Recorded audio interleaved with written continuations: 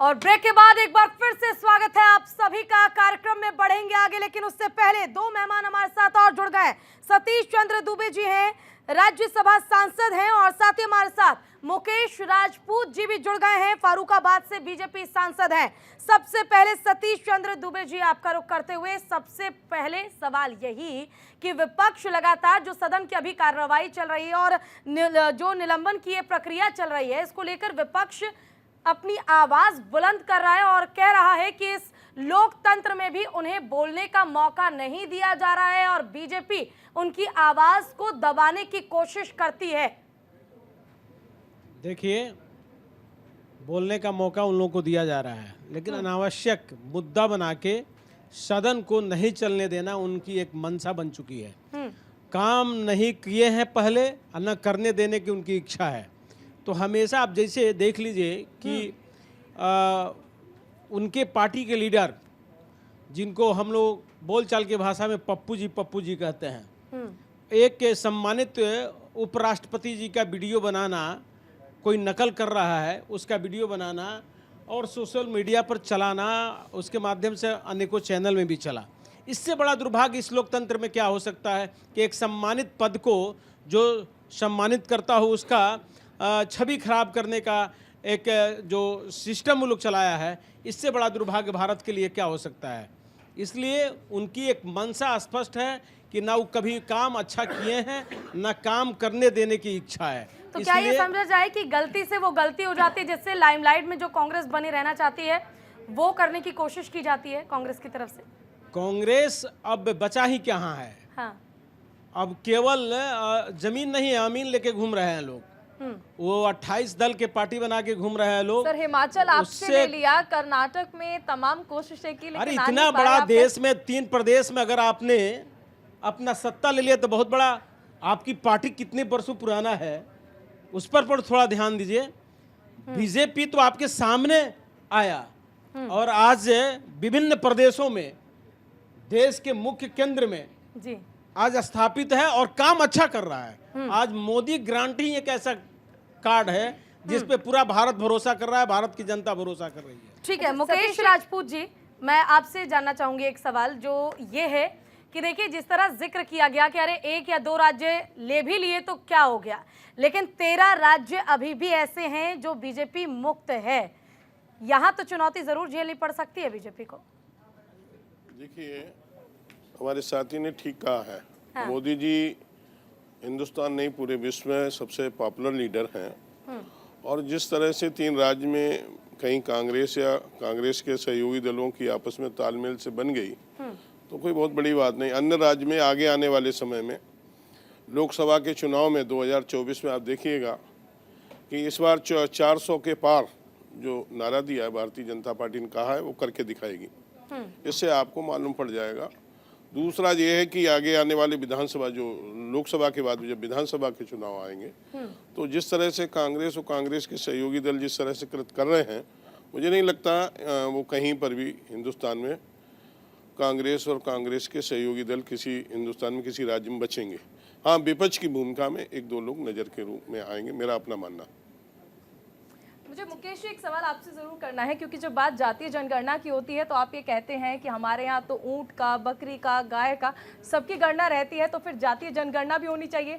लेकिन जब गृह मंत्री से सवाल किया जाता है तो कहते हैं हम इस विचार का विरोध नहीं करते हैं, वक्त आने पर निर्णय लिया जाएगा। सर, कोई एक स्टैंड क्यों नहीं हो पा रहा है, करानी है या नहीं करानी है? देखिए, मेरा अपना मानना है कि जो मुद्दे थे, जो इशू थे हिंदुस्तान के सामने, माननीय नरेंद्र मोदी जी ने वो सभी भारतीय जनता पार्टी सभी मुद्दों को समाधान किया है। विपक्ष मुद्दा लेके आई है तो इसका भी समाधान माननीय नरेंद्र मोदी जी ही करेंगे। ठीक है, अशोक वाजपेयी जी, आपका रुख करते हुए देखिए, सदन एक ऐसा जगह या एक ऐसे मंदिर जहां पर तमाम बिल लाए जाते हैं। कहा जाता है कि जातीय जनगणना जो है इसके जरिए पिछड़ों का भी विकास होगा, और क्योंकि बीजेपी चाहती भी है कि देश का विकास हो, ऐसे में जरूरी है कि सिर्फ शहर ही नहीं, गांव का भी विकास हो, ग्रामीणों का भी विकास हो। लेकिन जैसा कि चारुल ने भी जिक्र किया कि जातीय जनगणना पर कोई स्टैंड आखिर सरकार क्यों नहीं ले पाती, आखिर इसको लेकर कोई ऐसा फॉर्मूला क्यों नहीं तैयार किया जा सकता जिससे देश का वाकई विकास हो और पिछड़ों का भी विकास हो जाए? भारतीय जनता पार्टी की जनगणना को लेकर बड़ी स्पष्ट नीति है और मोदी जी ने बहुत स्पष्ट कर दिया है कि हमारे समाज में 4 जातियां हैं, युवा, महिला, किसान और गरीब। और इन चारों जातियों का हमें ध्यान करना है और इन सब के लिए विकास के काम करने, इनको आगे ले जाना है। जो समाज में पिछड़े हैं जो समाज की मुख्य धारा में कहीं पीछे रह गए, उनको हमें आगे लाने का काम करना है और सर्वांगीण समाज का विकास करना है, चाहे किसान हो, महिला हो। अभी देखिए, महिला आरक्षण देकर के उन्होंने महिलाओं को राजनीतिक क्षेत्र में 33% की भागीदारी देने का काम किया। तो भारतीय जनता पार्टी की नीति बहुत स्पष्ट है आरक्षण को लेकर के। और जहाँ तक जातीय जनगणना की बात है, जब ये 4 वर्गों में हमने कहा कि समाज बटा हुआ है और चारों की चिंता भारतीय जनता पार्टी कर रही, चारों के उत्थान के लिए काम कर रही, और ये जो तो पार्टियां अगर बात विपक्ष की युवाओं की पार्टियां, है, आप कह रहे हैं कि 4 ही सिर्फ जातियां हैं, तो अगर बात युवाओं की है तो बेरोजगारी का मुद्दा लेकर आखिर उसका नारा लेकर क्यों पहुंच गए वहां पर सागर शर्मा? क्यों सदन में इस तरह धुआं कर दिया गया? और तब भी एक ही नारा दिया गया था, आपने भी सुना होगा। 1-2 मनफिरे लोगों का, उनसे आप कोई देश के नौजवानों का मूल्यांकन नहीं कर सकती। जितने बड़े पैमाने पर नौजवान आज स्वयं अपने पैरों पर खड़ा हो रहा है, उद्यम कर रहा है, उसको तमाम तरह का लोन बैंकों से मिल रहा है, मुद्रा योजना के अंतर्गत, दूसरी योजनाओं के माध्यम से आज नए स्टार्टअप खड़े किए जा रहे हैं। और नौजवान केवल अपनी नौकरी नहीं, 4 लोगों को और अपने साथ नौकरी देने का काम कर रहा है।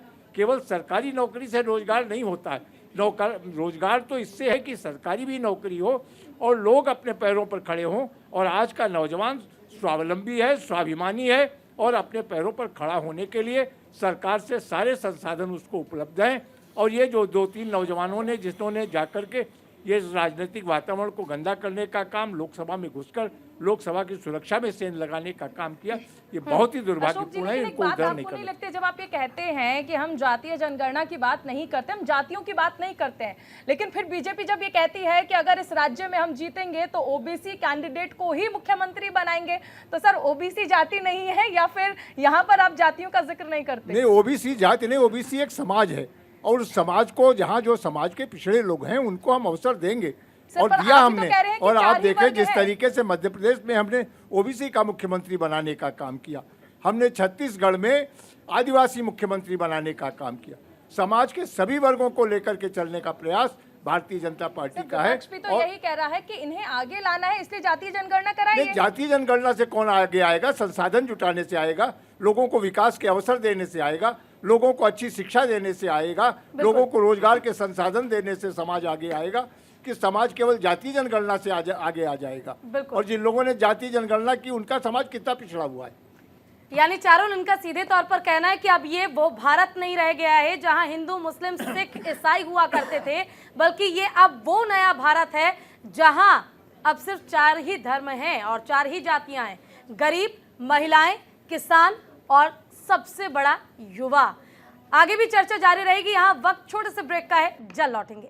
तो देखिए, ब्रेक के बाद एक बार फिर से आप सभी का स्वागत है। न्यूज इंडिया का ये मंच सजा हुआ है जहां हम पिछले लगभग 2.5 घंटे से सिर्फ और सिर्फ देश के ज्वलंत मुद्दों पर चर्चा कर रहे हैं और हमारे साथ मेहमान लगातार जुड़ते जा रहे हैं। इस वक्त आप अपने टीवी स्क्रीन पर 4 चेहरे देख पा रहे हैं और ये चारों दिग्गज चेहरे भारतीय राजनीति का बहुत बड़ा नाम। एक एक करके मैं परिचय करवा दूं। अशोक वाजपेयी जी, जो कि राज्यसभा से हमारे साथ हैं। अशोक जी, बहुत स्वागत एक बार फिर से। नरेश बंसल जी अभी अभी हमारे साथ जुड़े हैं। नरेश जी, बहुत स्वागत आपका। सतीश चंद्र दुबे जी हमारे साथ हैं। सतीश जी, एक बार फिर से मैं आपका स्वागत करता हूं। चर्चा में आप लगातार हमारे साथ बने हुए हैं। साथ ही हमारे साथ मुकेश जी जुड़े हुए हैं। मुकेश जी, बहुत स्वागत आपका एक बार फिर से। चर्चा हम लगातार कर रहे हैं। सहयोगी प्रीति भी हमारे साथ जुड़ी हुई है। प्रीति, आपका भी फिर से स्वागत करता हूं। और चलिए चर्चा को आगे बढ़ाते हैं और नरेश जी, आप ही से चर्चा की शुरुआत करेंगे। हम बहस नहीं कर रहे हैं, सिर्फ चर्चा कर रहे हैं देश के ज्वलंत मुद्दों को लेकर के। 2024 की तैयारियां बीजेपी अपने लेवल पर कर रही होगी।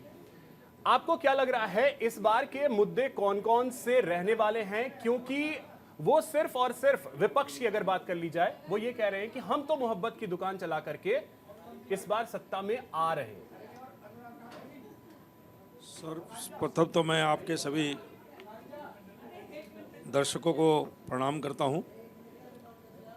2024 में आने वाले चुनाव में देश ने तय कर लिया है कि तीसरी बार मोदी जी के नेतृत्व में भारतीय जनता पार्टी की सरकार बनेगी।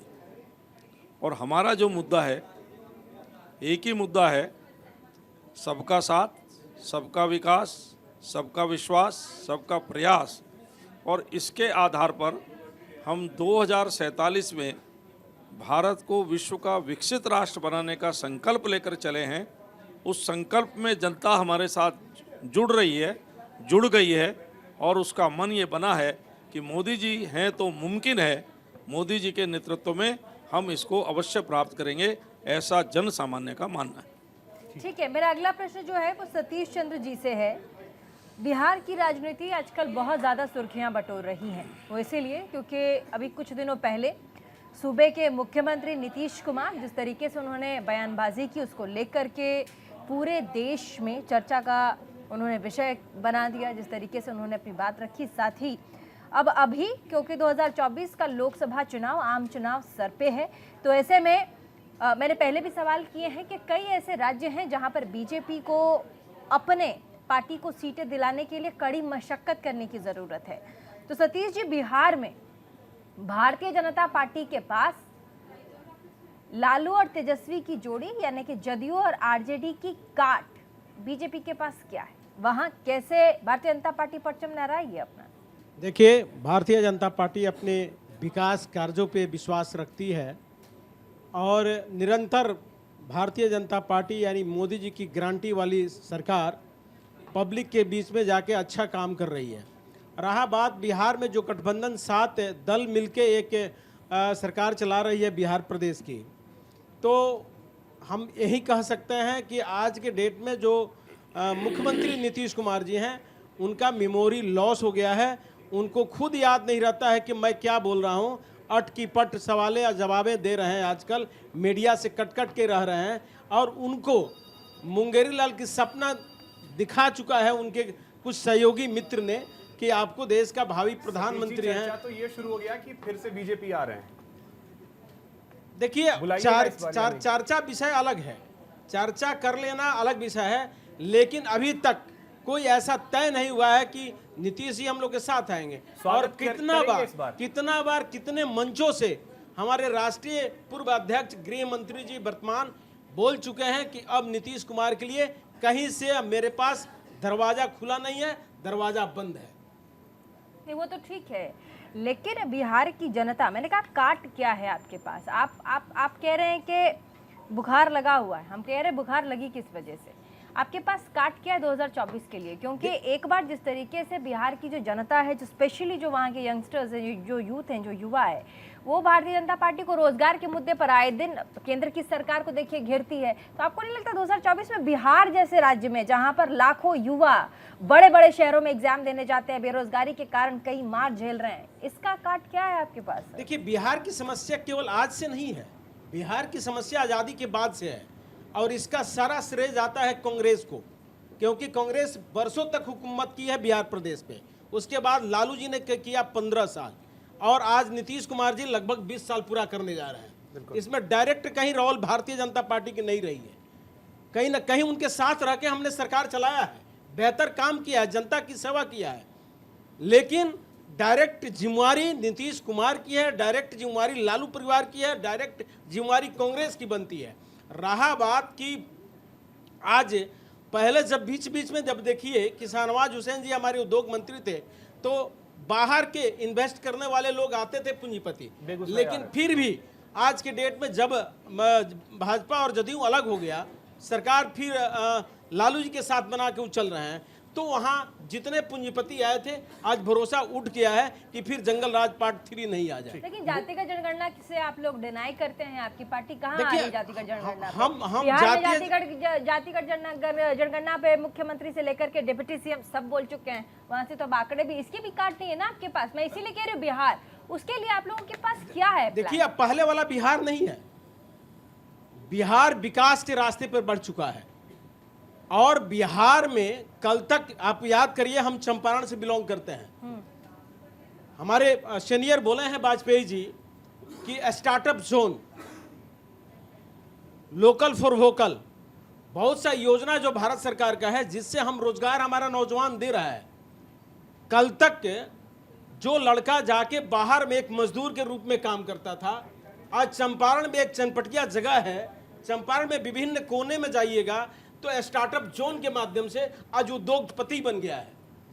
गवर्नमेंट उसको डायरेक्ट प्रोटेक्शन दे रही है और वहाँ का ट्रैक सूट, वहाँ का जर्सी, वहाँ का साड़ी, वहाँ का सूट अन्य जगहों पे जा रहा है।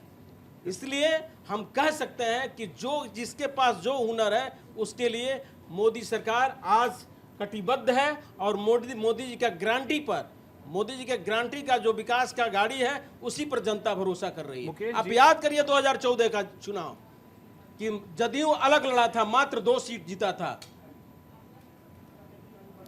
हम उस समय गठबंधन में 22 सीट भाजपा के अकेले जीती थी।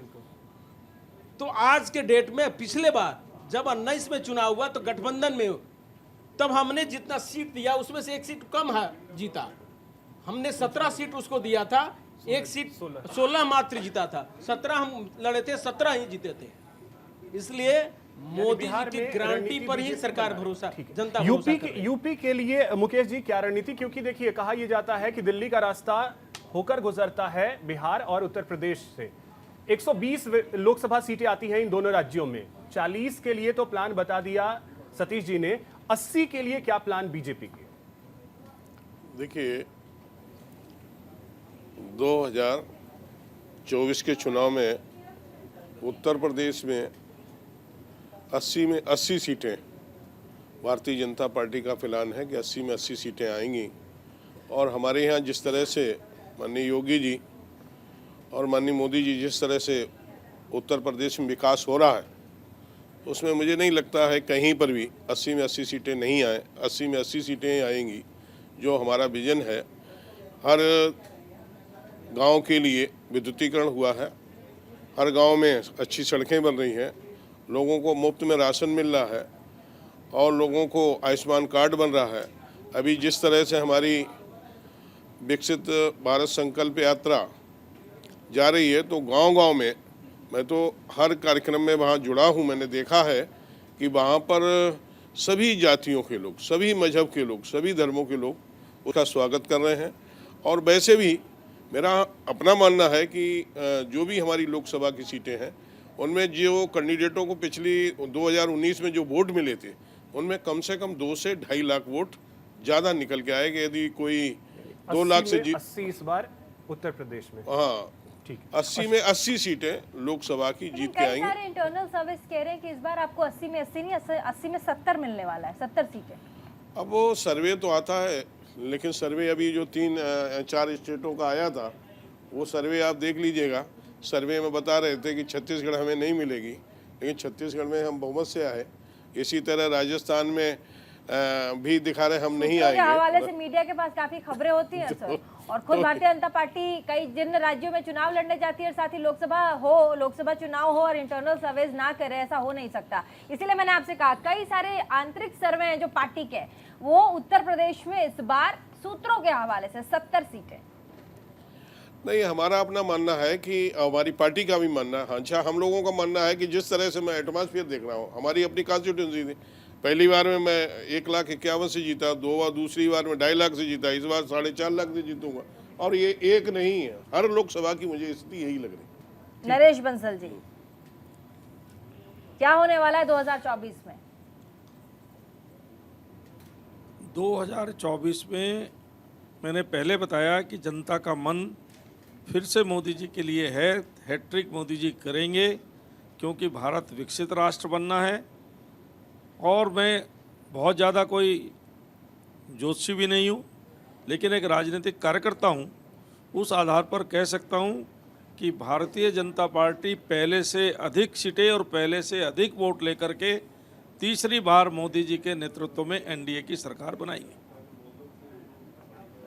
ठीक है अशोक वाजपेयी जी, अब मैं आपसे थोड़ा सा ये चीज़ समझना चाहूँगा कि लोकसभा के लिए तो बहुत आसान हो जाता है बीजेपी के लिए, लेकिन राज्यसभा में बार बार बीजेपी पूर्ण बहुमत से थोड़ा सा पीछे रह जाती है और वो परिस्थिति फिलहाल बनती नहीं दिखती है, जिसकी वजह से कई सारे बिल्स पे आपको बीजेडी का समर्थन किसी तरीके से मिल जाता है तो आप कोई भी बिल होता है पास करवा ले जाते हैं। चुनौतियां राज्यसभा में क्यों बीजेपी के लिए इतनी ज्यादा कि पूर्ण बहुमत नहीं पा रही है? ईश्वर की कृपा से अब वो कठिनाई भी दूर हो जाएगी अप्रैल में जब राज्यसभा के चुनाव होंगे, क्योंकि इन 3 राज्यों में अभी भारतीय जनता पार्टी की सरकार बन करके आई है, तो इसके बाद राज्यसभा में भी भारतीय जनता पार्टी का स्पष्ट बहुमत होगा। और राज्यसभा का बहुमत राज्यों की स्थिति से होता है। बिल्कुल। जैसे जैसे राज्यों में हमारी सरकारें बनती जा रही हैं, राज्यों में भारतीय जनता पार्टी की स्थिति मजबूत हो रही है, उसी तरीके से राज्यसभा में हमारी संख्या बल बढ़ता जा रहा है। कहाँ जब हमारी 2014 में सरकार बनी थी 50 से कम हमारे सांसद थे और आज हम 100 सांसद के साथ राज्यसभा में हैं। और हमें विश्वास है कि 3 राज्यों के चुनाव के जो नतीजे आए हैं और इसके बाद जो राज्यसभा का चुनाव होगा तो यही उसमें मार्च अप्रैल के बाद पूर्ण बहुमत होगा। मार्च अप्रैल के बाद जब ये लोकसभा और राज्यसभा के चुनाव निपट जाएंगे, उसके बाद क्या हम पीओके की चर्चा करेंगे? क्योंकि अब पीओके मांग रहा है हिंदुस्तान की ये सरकार ही दिला सकती है पीओके। देखिए, ये तो विश्वास है कि मोदी हैं तो मुमकिन है। बहुत सारे सवालों पर देश की जनता को एक दृढ़ विश्वास है। जो समस्याएं 75 साल से देश के लिए नासूर बनी थी, उनका समाधान केवल मोदी और भारतीय जनता पार्टी ही कर सकती है। जिस तरह से देखिए, आज ही लोकसभा में उन तमाम सारे पुराने कानूनों को परिवर्तित करने का काम किया गया, चाहे आईपीसी हो, सीआरपीसी हो, इस सारे चेंजेस किए गए। और इसी तरीके से चाहे महिलाओं के आरक्षण का सवाल हो, इतने दिनों से महिलाओं को लॉलीपॉप देने का काम ये राजनीतिक पार्टियां करती थी, लेकिन पहली बार भारतीय जनता पार्टी ने महिलाओं की तरफ जाना होगा। जल्दी जल्दी से छोटे से सवाल ले लेते हैं। सबसे पहले शुरुआत कर लेते हैं मुकेश राजपूत जी से।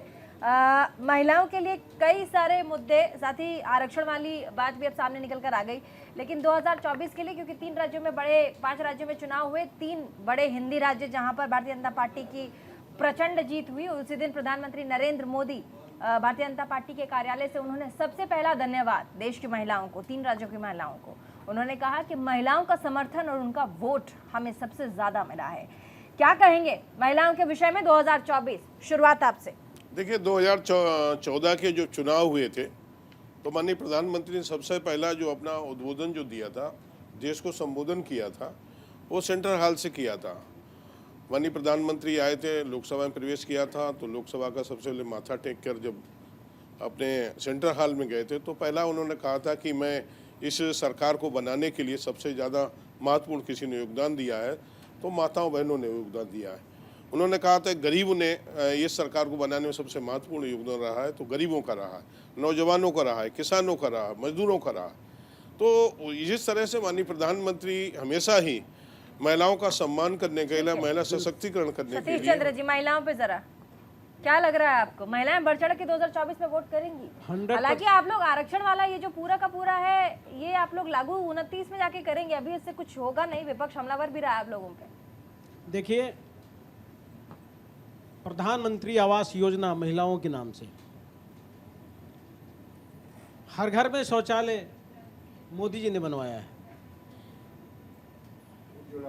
उज्ज्वला गैस योजना महिलाओं के लिए मोदी जी ने दिया है। तो ऐसा नहीं है, मोदी जी ने हर वर्ग के लिए काम किया है, खास करके उसमें महिलाओं घर के प्रति बड़ी समर्पित होती हैं, घर की लक्ष्मी होती हैं, घर को सजाना जानती हैं। तो इसलिए महिलाओं के प्रति हमेशा भारतीय जनता पार्टी सजग होके और उनके लिए भी विशेष योजना डाल के बना के उनकी सेवा भाव से फिर आप काम लोगों ने किया है। समझ लिया कि आधी आबादी ज्यादा हमें वोट दे तो हम जीत जाएंगे। वैसे नरेश जी, 2024 के लिए एक फाइनल वर्ड बोलिएगा आप 2024 की जीत के लिए पार्टी की तरफ से, पार्टी लाइन। फाइनल वर्ड अगर बोलना है तो एक ही बोलना है कि 2047 में भारत को विकसित राष्ट्र बनाने के लिए मोदी जी आवश्यक है। मोदी जी के नेतृत्व में सरकार बनाने के लिए हम सब संकल्पित हैं और देश की जनता की वो सरकार है, महिलाओं की, जवानों की, किसानों की, मजदूरों की वो सरकार बनेगी और देश का समन्वित विकास होगा। सबका साथ, सबका विकास, सबका विश्वास, सबका प्रयास, अशोक इसी को हम सार्थक करें। ये तीसरी पारी जो मोदी जी की होगी, मोदी जी ने कहा इस तीसरी पारी में हम तीसरी दुनिया की सबसे बड़ी अर्थव्यवस्था बनने जा रहे हैं और देश हर क्षेत्र में सक्षम बनेगा। तो इस विश्वास के साथ देश की जनता, क्योंकि आज मोदी जी जैसा नेतृत्व किसी दल के पास नहीं है, और देश की जनता का दृढ़ विश्वास मोदी जी के नेतृत्व में है।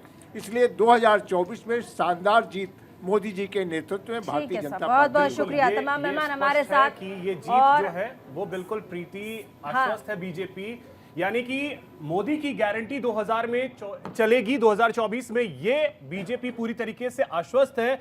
लड़ाई मोहब्बत की दुकान वर्सेस मोदी की गारंटी है। न्यूज इंडिया पर एक मंच सजा जहां आपने देखा वो तमाम दिग्गज जो संसद में बैठ करके आपके लिए आवाज उठाते हैं और सरकार तक आपकी बात पहुंचाते और हैं। साथ ही इसीलिए हमने डायलॉग @ न्यूज इंडिया का मंच सजाया ताकि आप लोग सब सम्मिलित हो और अपने चहेते पसंदीदा सांसदों को इस मंच पर देख पाएं और साथ ही उन्हें सुन पाएं कि आखिर 2024 के इस महामुकाबले में पार्टी तमाम जो विपक्ष की है या फिर सूबे में जो सरकार है, सत्ता में केंद्र में जो सरकार है, उनके सांसद ग्राउंड जीरो पर कौन सा काम कर रहे हैं और साथ ही प्रधानमंत्री नरेंद्र मोदी के विजन पर देश और कितना आगे जाने वाला है। फिलहाल के लिए बस इतना ही, छोटे से ब्रेक के लिए रुकेंगे। तमाम मेहमानों का बहुत बहुत शुक्रिया, साथ ही तमाम सहयोगी जिन्होंने हमारे साथ इस मंच को साझा किया, बहुत बहुत शुक्रिया। छोटे से ब्रेक के लिए रुक रहे, कहीं मत जाइएगा, देखते रहिए न्यूज़ इंडिया 24/7।